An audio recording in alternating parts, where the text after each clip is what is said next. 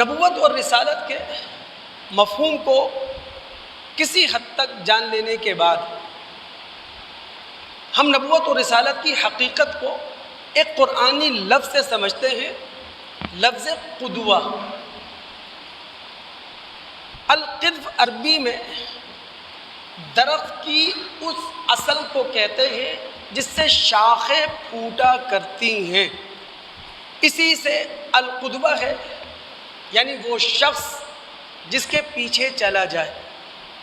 وہ شخص جس کی پیروی کی جائے۔ تمام مسلمانوں کو یہ معلوم ہونا چاہیے کہ ہر نبی، ہر رسول اپنی ذات میں مقتدا ہوتا ہے، اس کی قوم، اس کی ملت، اس کی امت وہ مقتدی ہوتی ہے۔ اگر سورہ انعام کے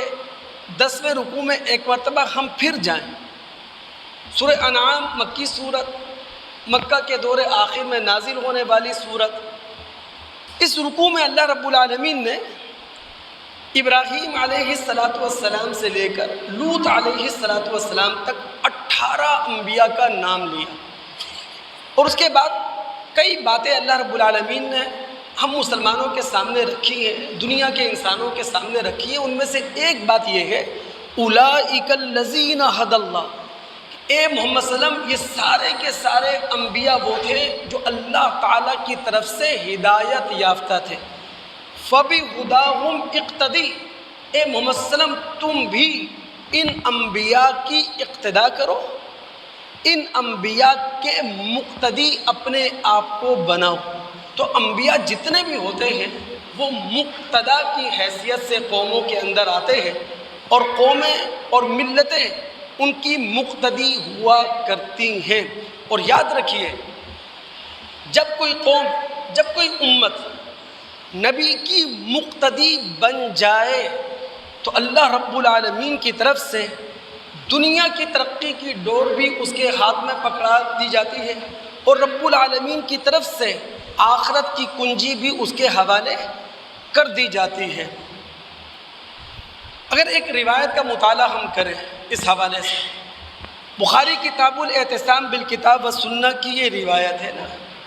اور یہ اثر ہے صحابی رسول کا، حذیفہ رضی اللہ تعالیٰ عنہ، وہ کہتے ہیں، یا معشر القراء، ایک قرآن پڑھنے والوں،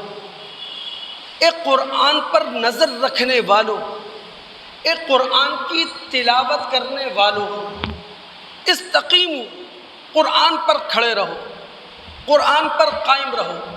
تمہارا قول قرآن کے مطابق، تمہارا فعل قرآن کے مطابق، تمہارا فیصلہ قرآن کے مطابق، فقد سبقتم سبقا بعیدا، تم دنیا کے اندر ترقی کر جاؤ گے اور آخرت کی کنجی تمہارے حوالے کر دی جائے گی۔ لیکن اگر فَإِنْ أَخَذْتُمْ يَمِينًا وَشِمَالًا، تم نے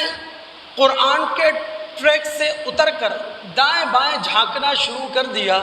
لَقَدْ ضَلَلْتُمْ ضَلَالًا بَعِيدًا، تو تم دور کی گمراہی میں نکل جاؤ گے، پرلے درجے کی گمراہی کا شکار ہو جاؤ گے۔